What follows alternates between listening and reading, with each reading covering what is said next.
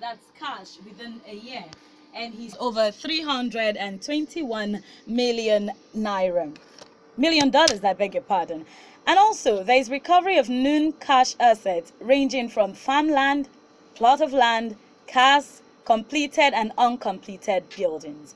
However, the management of this recovery of illicit assets remains a concern to the Nigerian citizens, you and I. How will it be judiciously used for the benefit and the good of all of us? Has existing laws and legal framework to recover and manage the recovered assets? How is it revolving? All of that and more we'll be focusing on this morning with our resource person, Tunde Salma. He is with Convener Good Governance, the Good Governance team, right? Okay, good to have you on the program this morning. I think you might correct me. Good to have you. All right, you might want to correct me, Tunde Salman. Okay, you're the convener of Good Governance team. All right, good to have you on the program this morning. Okay, so we are focusing on asset recovery and the issues at stake. That's our focus this morning. How would you say the country is faring regarding asset recovery? Thank you very much. I think the issue of asset recovery is a cardinal a principle in the prosecution of corruption, because the essence of anti-corruption prosecution is to disrupt the ability of the corrupt from using the proceeds from the assets they have illegally stolen from the public. And it is important that significant civil society attention is placed on the effort to recover these stolen assets by the anti-corruption agencies.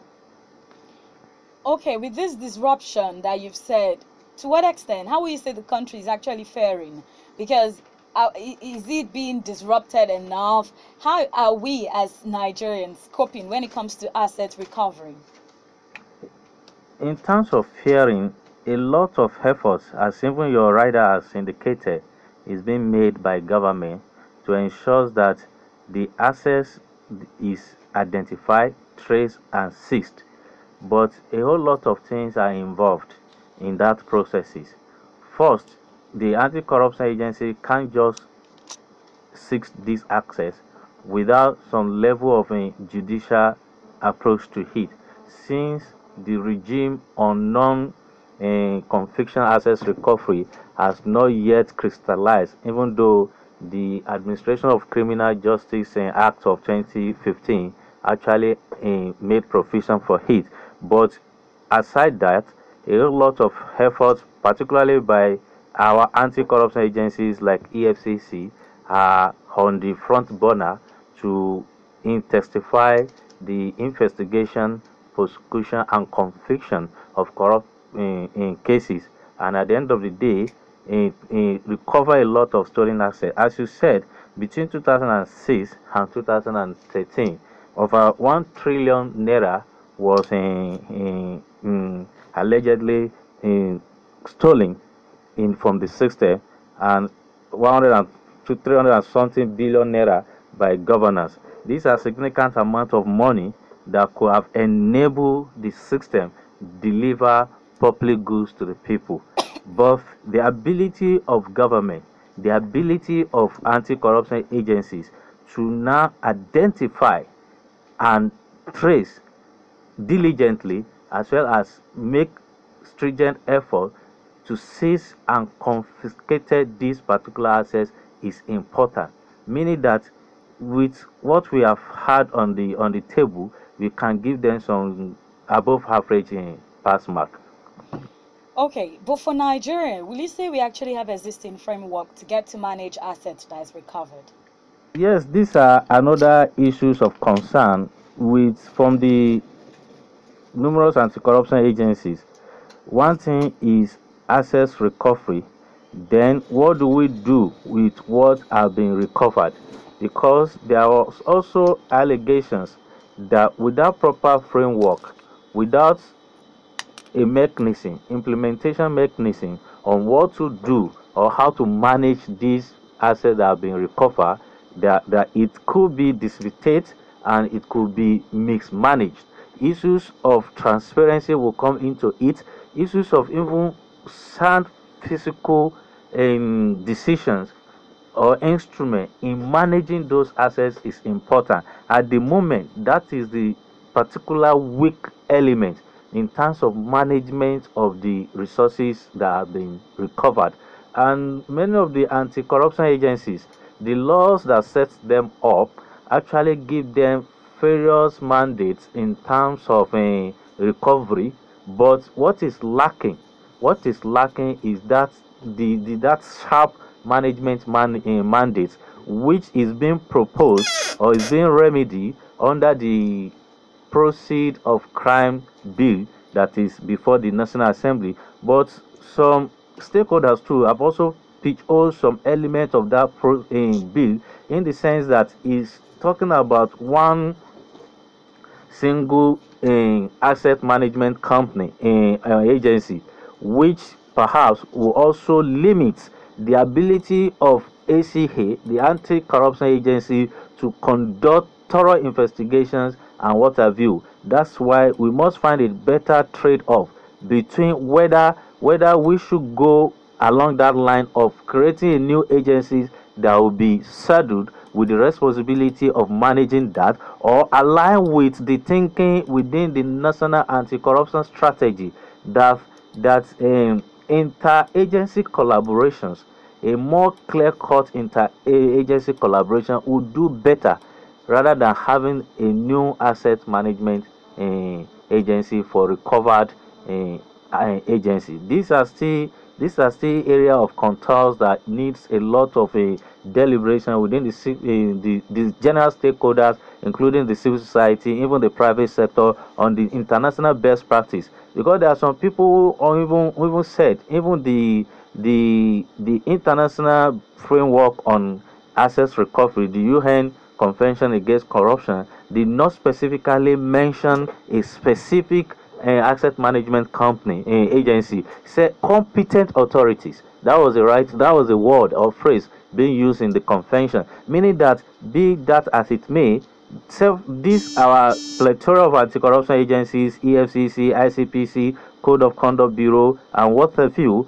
and other transparency promoting or accountability instilling public sector MDAs, can come together, find a better way of approaching this. Even if we look at some of these things, we have a standard budgeting system in place that every money before being in use must be appropriated.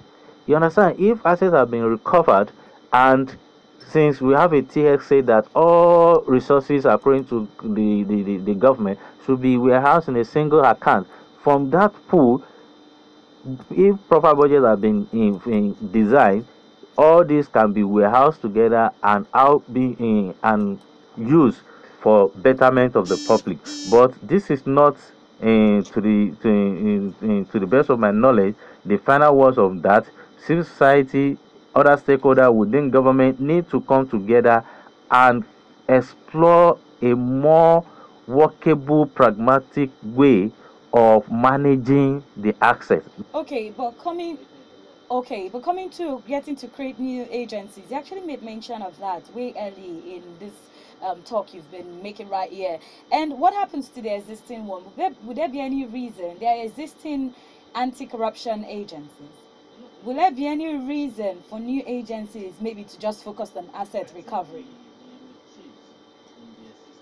That because of the way lack of interagency sufficient interagency collaborations and coordinations, it's giving a kind of sense as if different agencies on their own manage this. But for us to have an up-to-date sound knowledge management in terms of record keeping documentation, it is important to actually have a kind of how will I put it, a kind of a hold on what is going on. Because if journalists or other stakeholders ask government how much has been recovered, can we have up-to-date information on that? Then where and what have those recovered assets been deployed to used? We also need to have particular information on that, because concern was that even over these years that we have been talking about in recover loot from the Abacha's regime, that we cannot point to any specific concrete project that those recover assets have been used. Okay, but what do you think the government has in like a plan to get to manage this recovered asset, especially in relation to the Malibu oil deal and the repatriation of I think $73 million back to Nigeria, also the repatriation of $32.5 million Abacha loot from Switzerland? What do you think the federal government has as a plan to get to manage this recovered assets? I know the cash transfer exists, but do you think they are solid plans? Yeah, these are some of the. It's a bit fluid for me. There is no specific, to the best of my own knowledge and the information available. There appear not to be any specific approach to that or framework to that. That's why people are calling that we, in order not to, because before now there is regular normal budgeting process where we do appropriation annually, but this is also a specific recovered in resources access. But even those that have multilateral or bilateral implication by the one we recover from Abacha, there is a caveat in that in recovered in negotiation now, that concrete things, especially things that have impact on poor, should be used, should be deployed for. You understand? That's why some of the efforts by the government to do conditional cash transfer and some of you perhaps may be part of those reasons. But we need to have some concrete approach to it, concrete approach. Like even those domestic property that have been recovered, there were instances where you see that some of the recovered property have been given to other government agencies that lack accommodations to use. Seeing something similar, you can say, okay, this stretch of road, for instance, were constructed or were rehabilitated as as a result of this assets recover, so that we know that this is additional or this is a new stream of income that has come in. But in the annual budget that I've seen since 2006 or 2007, there are provisions in terms of the income, sources of income for government. There are provisions called recovered assets. But when you factor those ones into the larger trillions of nairas of a budget that we appropriate every year, maybe it's just less than 10 or less than 5% of the entire money. But going forward, it is important that there is a consensus on how we managed and what we use the assets that have been recovered from proceeds of crime. Okay, it's still the Conduit right here on 92.1 Vision FM, and we have our resource person today, Salma. He is the convener, Good Governance Team, and he's in the studio with us today as we are discussing assets recovery and management. The entire issues at stake when it comes to assets recovery and management. We take a break right here, and once we come back, the phone lines will be open for you to be part of the program and make your contribution as regards assets recovery. It's still the Conduit. We'll be right back. Nigeria is too rich to be poor and too poor to be rich. Why has the country stagnated on the path towards development? Listen to The Conduit on Vision FM 92.1 Abuja every Thursday at 9 a.m. as we explore issues around illicit financial flows in Nigeria, government's regulatory and policy frameworks, and offer practical recommendations to addressing the economic problem. The Conduit is powered by the Center for Democracy and Development, CDD, with support from Trust Africa. I'll skip it.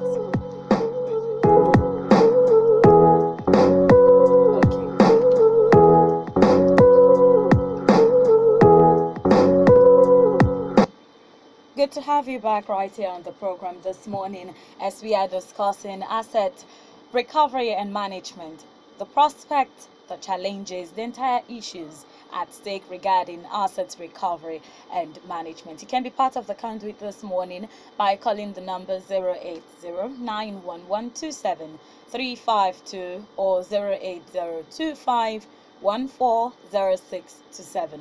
Those are the numbers for you to call and be part of the program this morning. Or you could send an SMS to 33538. The SMS code again 33538. The WhatsApp number is 080-8526-9393. The WhatsApp number 08085249393. Those are the numbers for you to call and be part of the Conduit this morning. Asset recovery and management is our focus on the program today. Okay, let me just permit me to ask you, civil society organizations, their involvement in asset recovery and management, how beneficial will it be to the country? I think civil society has an important role to play because, as the watchdog of the society, they need to put significant amount of pressure on the duty bearer, the anti-corruption agencies, the government, because sometimes prior to this particular administration, there were concerns that the political will of the government to fight corruption is weak. But since the beginning of the President Muhammadu Buhari administration, there have been renewed, reinvigorated efforts on the part of the government to actually fight corruption. Part of those things, even the memento, were civil society contributions. Civil society make important contributions to enable the society to feel, to appreciate the need for us to have not only political will to fight corruption, even the popular will. The popular will meaning that Nigerians themselves must see corruption as as an important war, or that everybody must be interested. That's why civil society play and will continue to play that role to ensure that government do what is needful in terms of corruption. But the other thing that we have seen is that despite that, civil society is a broad kind of stuff. It's not necessarily NGO or traditional. It encompasses. These days now we are talking about business membership organizations that also provided or offer important policy think tank role to ensure that we need to get a clarity on what is needed to engage corruption, and we need to be very, very careful so that when we are prosecuting corruption, what the anti-corruption agencies needed is not pressure from any quarter, is the credibility of the case on the ground, meaning that their investigative in department need to be well resourced so that they will be able to conduct diligent investigation and prosecution of corruption. If it is based on triad on the pages of newspaper, their ability to secure conviction at the end of the day, or even get a win-win solution for the states, the victim, and the society will be limited. That's why we see some before the CGN panel on anti-corruption, we've not have significant amount of high-level conviction. But in the last 2 years now, we have seen that some past governors are now have been sent to prisons, have been successfully prosecuted and sent to prison. That we hope will also serve as deterrent to the people. But maximally, it is important that those proceeds of corruption are identified and legally confiscated so that the property is returned back to the victims.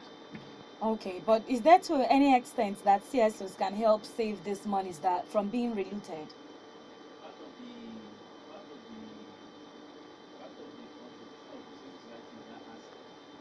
On monitoring and tracking. Okay.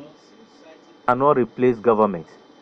The mandate of civil society is to ensure that the duty bearers, the anti-corruption agencies, the law enforcement agencies, and public sector MDAs saddled with this responsibility are doing their work. What we can do as civil society is to track and monitor. But there are challenges for us. If you talk of property in Abuja, then what is the level of the cadastral record available to the public?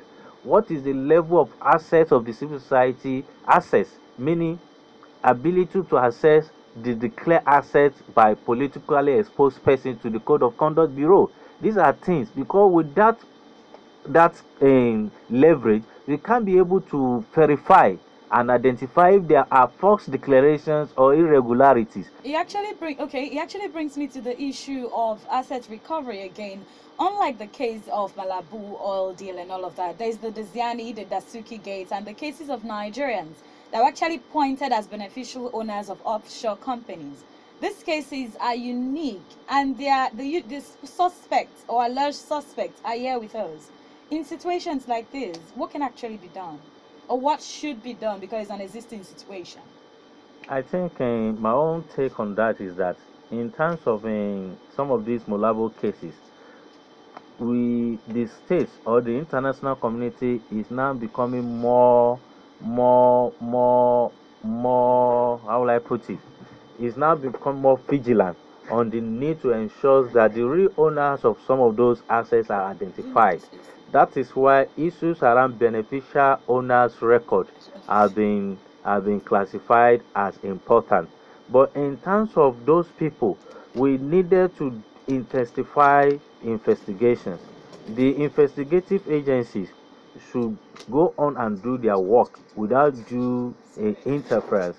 By the time they were able to do proper investigation, I don't think anything should stop them from going ahead with prosecution. There are some that also need some other approach rather than prosecution, which is the non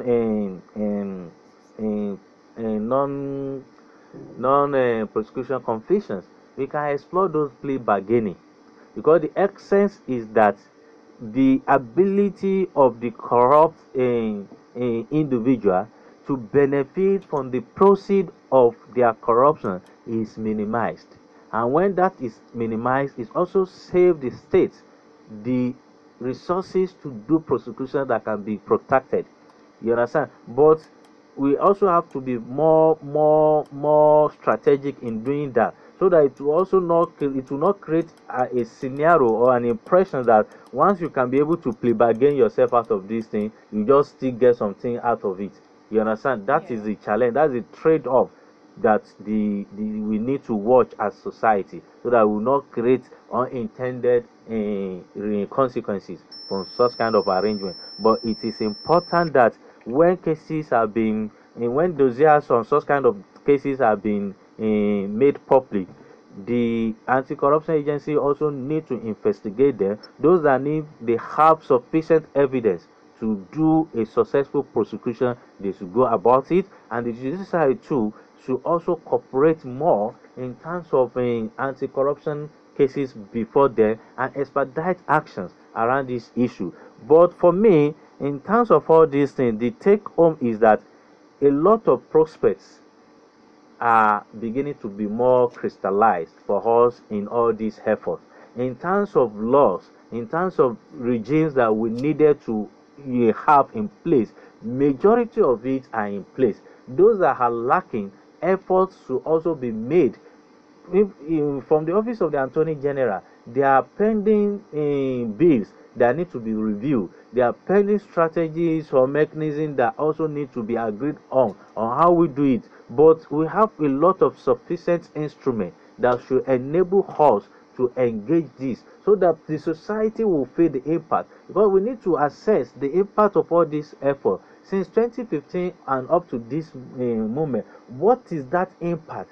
Have we have significant impact on the corruption perception index of Nigeria? Has it reduced? Because corruption also, that's why corruption has a difficult measurement kind of thing. That's why we use perception. And one thing with perception is that it moves faster than reality. Once perception overtakes reality, reality have to accelerate, double its acceleration, and sustain that speed to be able to reduce that perception.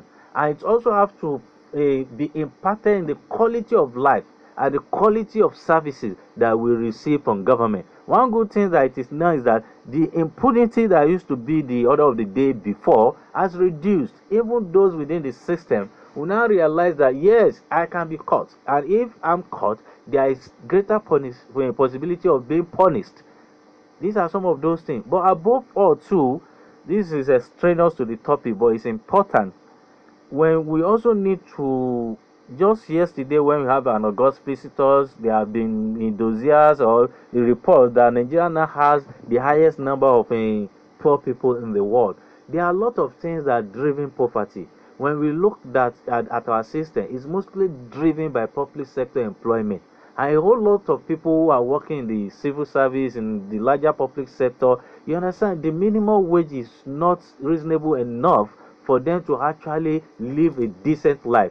How many of them, if you are on a minimum wage of 18,000 naira and all our public educational institutions have collapsed, you have to take your children to private school, and the least you can get in a places like Abuja is in something above 50,000 naira. You understand? Meaning that you need like 150 to 200,000 in a year to actually have a quality education for your children. These are some of the things that government also need to look at. It is not in our strategic interest for public sector education, health services to be the way they are now. We need to do something around those things to improve their quality, to expand access to healthcare facilities in the country, so that some of those tendencies, some of those things that push people to go on the negative way will be minimized. Okay, but would you say there is the federal government is actually demonstrating the will to apply the fund to to have maximum impact? Because I know the last consideration was actually this conditional cash transfer.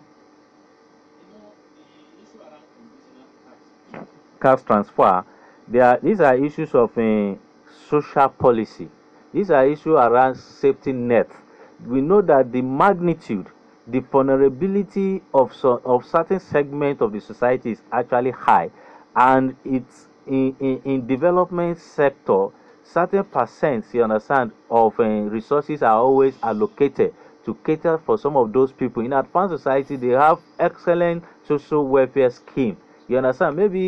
Maybe that is what we are getting at, but we also need to come to term on our physical governance system in the country, a situation whereby our annual public expenditure framework and management, meaning budget, is not delivering on their objective or mandates. All right, permit me to take this call before you go on with your thoughts. Hello, good morning. Hello, good morning. Okay, the numbers are still 08091127352 or 08025140627. Those are the numbers for you to call. And if you want to send a message on WhatsApp, the WhatsApp number is 08085249393. You can send an SMS to the short code 33538, and we'll get to read your SMS. Just do well to include your full name and your location. We're still focusing on asset recovery and management, the issues at stake when it comes to asset recovery and management. Hello, good morning. Good morning, this is Omleha Ode. What's your name? Morning, what's your name? All right, Sunday from Jai, go on with your contribution. Okay, you get to listen. We are talking about asset recovery and management, the issues at stake.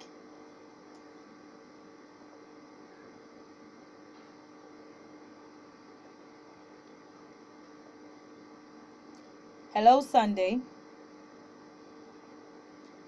All right, Sunday, might want to call us back, but still have time to take some calls right here. If you have any contribution as regards asset recovery and management, we're all Nigerians, and most times we all have the assumption that these assets that have been recovered will get to be relooted. We have that mentality, we have that mindset. But when it comes to asset recovery and management, what's your opinion?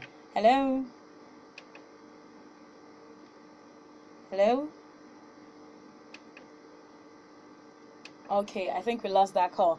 If the phone lines are giving you issues, just send an SMS to 33538 or send a WhatsApp message to 08085249393, and we'll definitely get to read your message. Do well to include your full name and where you're texting from. Hello, good morning. Good to have you. What's your name and where are you calling us from? All right, Ahmad from Sabongiri. Please go on with your contribution. God that will help us. Thank you. All right, thank you very much, Ahmed. Okay, Ahmed just thinks God will help us. I don't know what I guess thinks. Maybe he'll get to respond to that. Yeah, definitely. I know as Nigerians we need the help of God, but we need to work.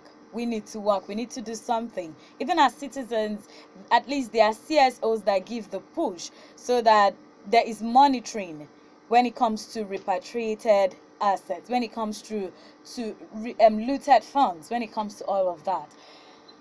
The lines are still open, so you can call us up and make a contribution as regards asset recovery and management, the prospects, the challenges. Yeah, there might be challenges also. I think I'll just get back to my guest in the studio. Okay, when it comes to the challenges, what challenges would you actually say exist when it comes to asset recovery?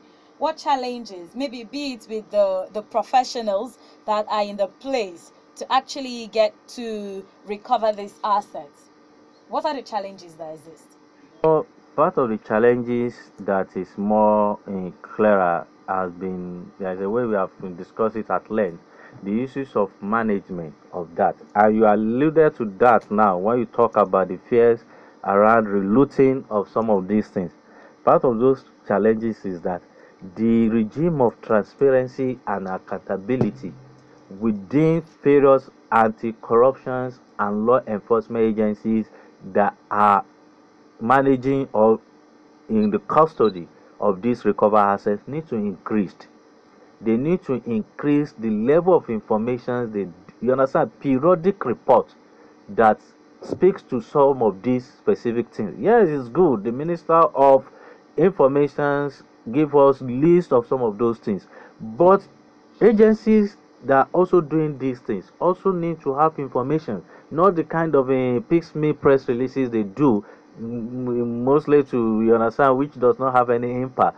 The other time when we travel to Kenya, equivalent of EFCC, the annual report of in that country's anti-corruption agencies for the fiscal year 2016-2017 was already published, that any visitor to their agency without this unnecessary protocol that you see in our own anti-corruption agency is being given. A lot of sensitization needed to be given because the fear that surrounds relooting is real.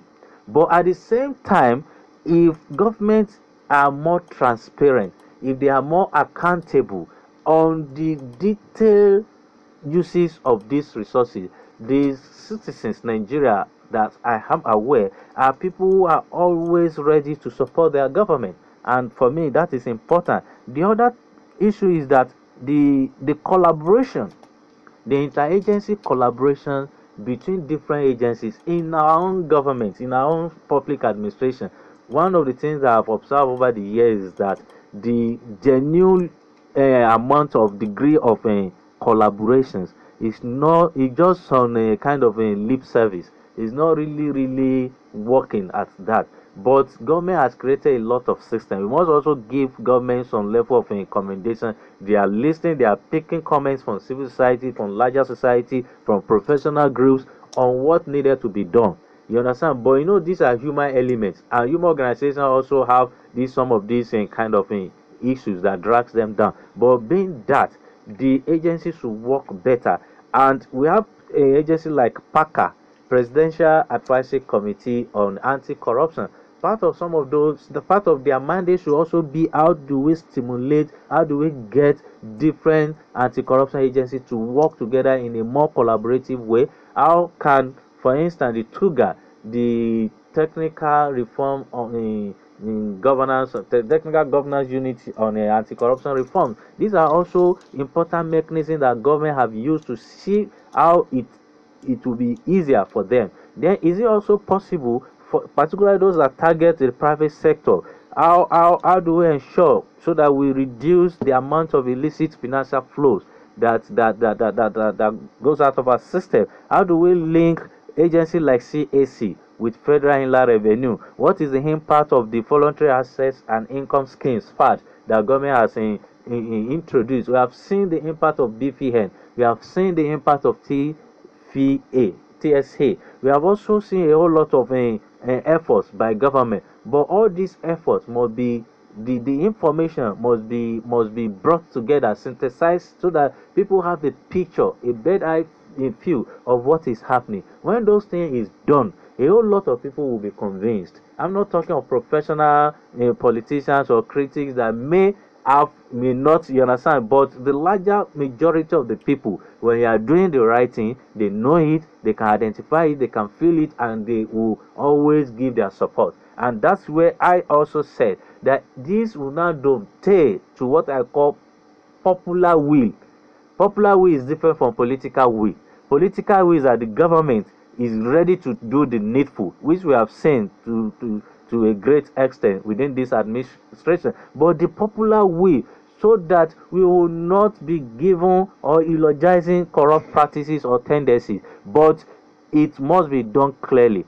There is this thing don't let me go to that. When everybody sees that the law is not being manipulated, the law is actually not below or above anybody, and everybody, there is due process of law, the confidence of the people, even the victims, that yes, are being found guilty by the state and have undergone a fair trial, there is nothing you will do. You understand? You will know that yes, there is no way you can hide on this, and everybody will know that you are not being maltreated.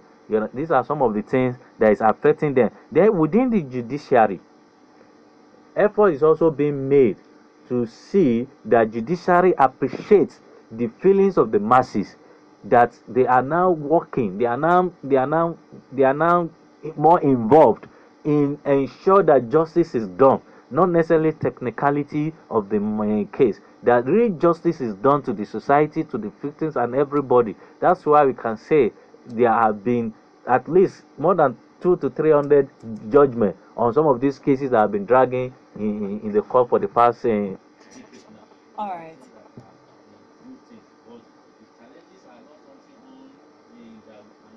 That cannot be tackled.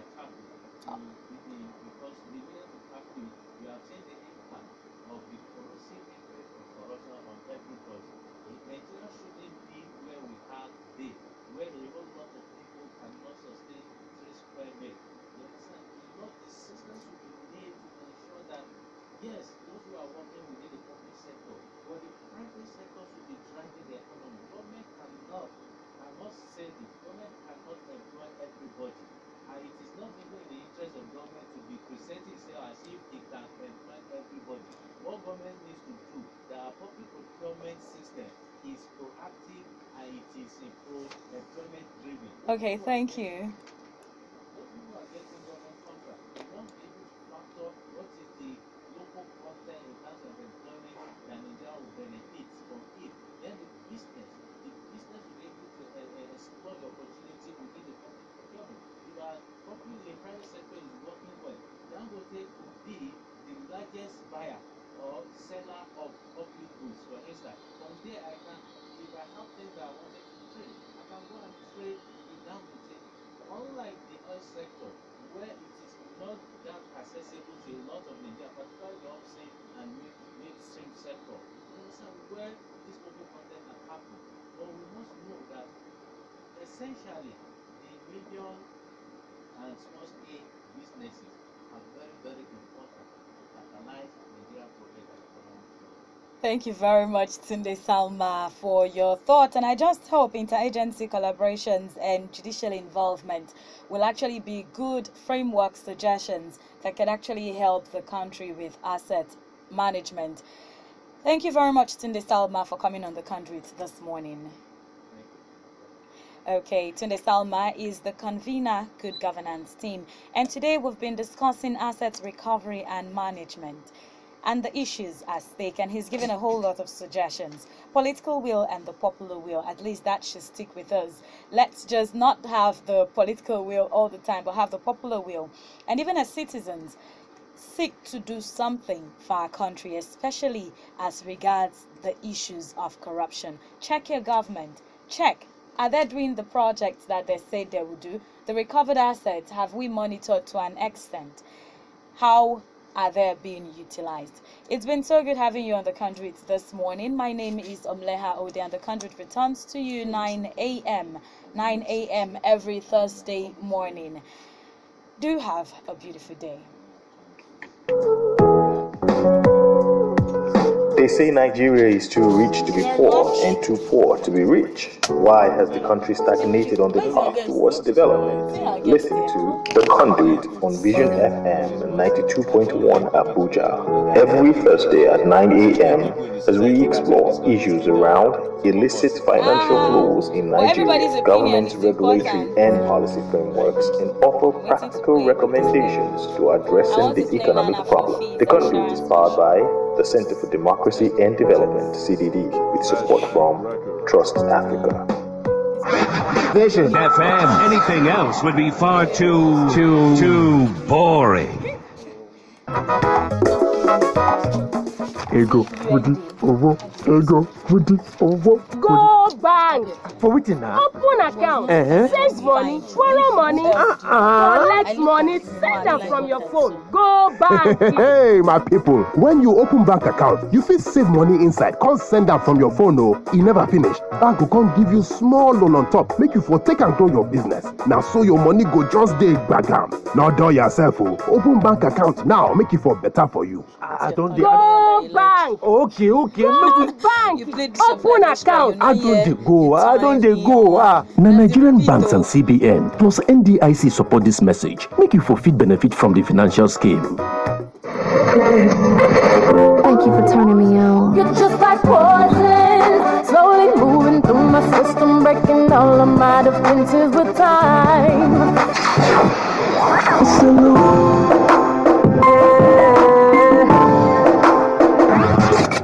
Number 92.1 FM. Please don't turn me on.